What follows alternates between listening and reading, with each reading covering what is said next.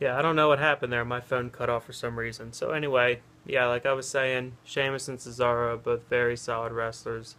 Um, I wasn't even aware that there was any kind of reward to this best of seven series until tonight when I heard.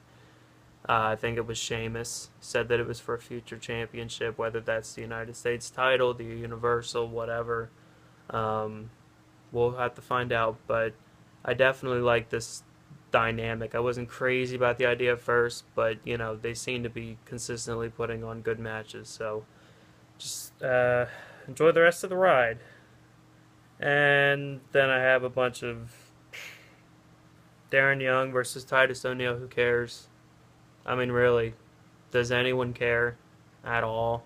I mean, other than the fact that the Titus, what's it called?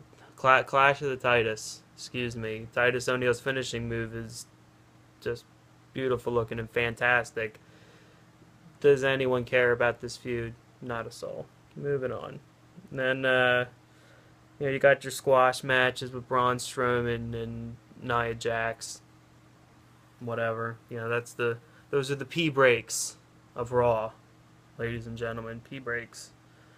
Um, I actually missed the Paul Heyman segment.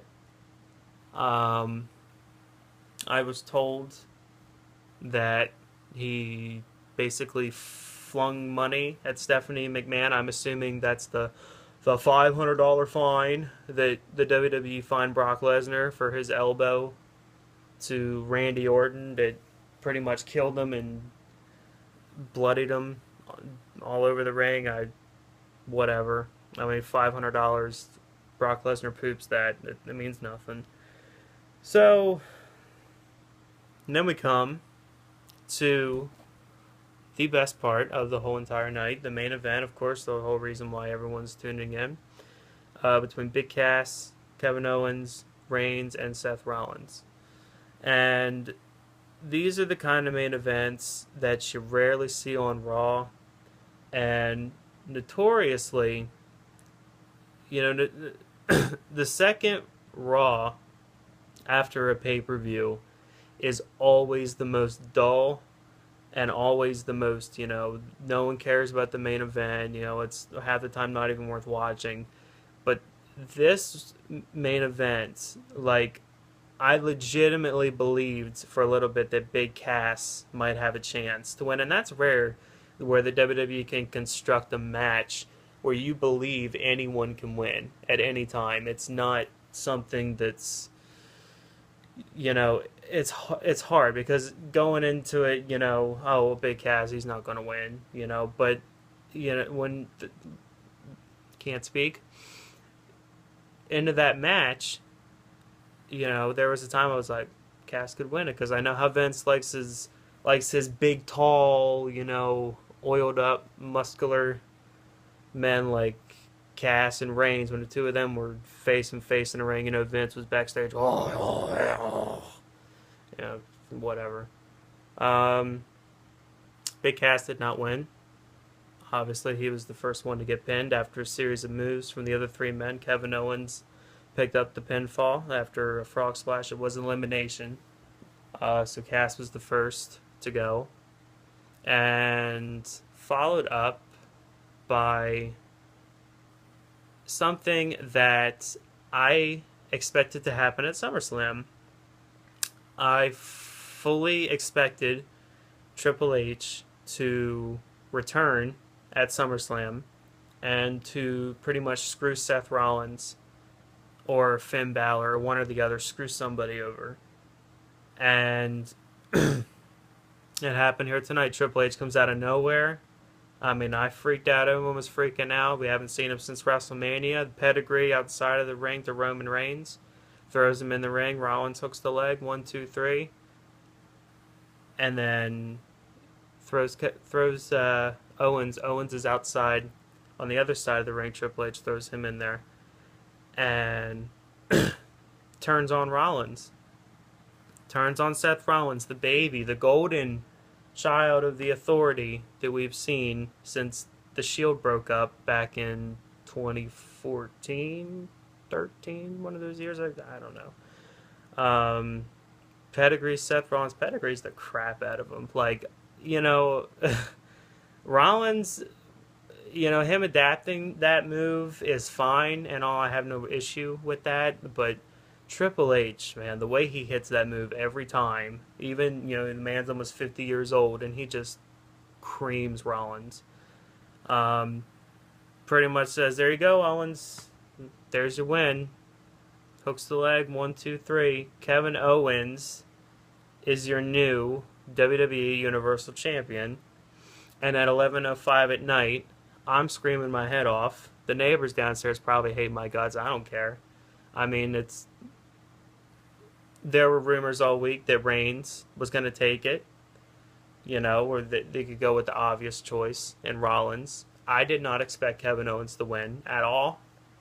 Not whatsoever. But I could not be more happy for it. I think WWE, with this new era that they're pushing down our throats, making Finn Balor win at SummerSlam, and following up with someone like Kevin Owens, who is just, I mean, incredible. Seriously, the guy's like an inspiration to me, because like a guy like him, you know, he's not your stereotypical, you know, muscular, you know, whatever guy, but he's just amazing. Like, for someone who looks like he does, the things that he can do is absolutely incredible. And the guy, you know, can talk whatever. He's hilarious. It's just awesome stuff, man. I have not been so happy at the end of a Raw in a long time. And I actually, my own personal booking for SummerSlam was Rollins and Owens, with Owens winning. So it sucks with Balor. I would not wish that. I wish that he wasn't hurt, because Balor's an incredible talent, incredible gimmick with the paint and all. But I can't say I'm not happy. I mean, Owens is where he should have been at SummerSlam. He's there now, and it's incredible. So yeah, that was basically Raw. Kind of a quick little review there. I'm hoping, you know, this is my first review. I'm hoping to get better as I go along. If you have any kind of ideas, anything that you'd like to add, maybe things that you think I should talk about specifically in the videos, you know, leave it down in the comments section. Man, other than that, ain't got a whole lot to say, man. WWE did it right with making Owens go over tonight. New Universal Champion. Tomorrow, I will hopefully get up my SmackDown review. I'm looking forward to that with American Alpha. They're always, I could watch them wrestle all night long. Bray Wyatt, I'm interested to see what this thing with Randy Orton goes. And AJ Styles. AJ Styles is the best wrestler in the WWE right now. So, excited. Good things in the WWE. And no John Cena. John Cena is on a hiatus right now. So, Kevin Owens is a champion. AJ Styles is getting a WWE title shot in a few weeks. And John Cena's not on my TV. I mean, if you're a wrestling fan, what else could you want? All right. This is Brian. This has been episode 1, Raw Review 1 of Real Talk Wrestling. Catch you guys next week.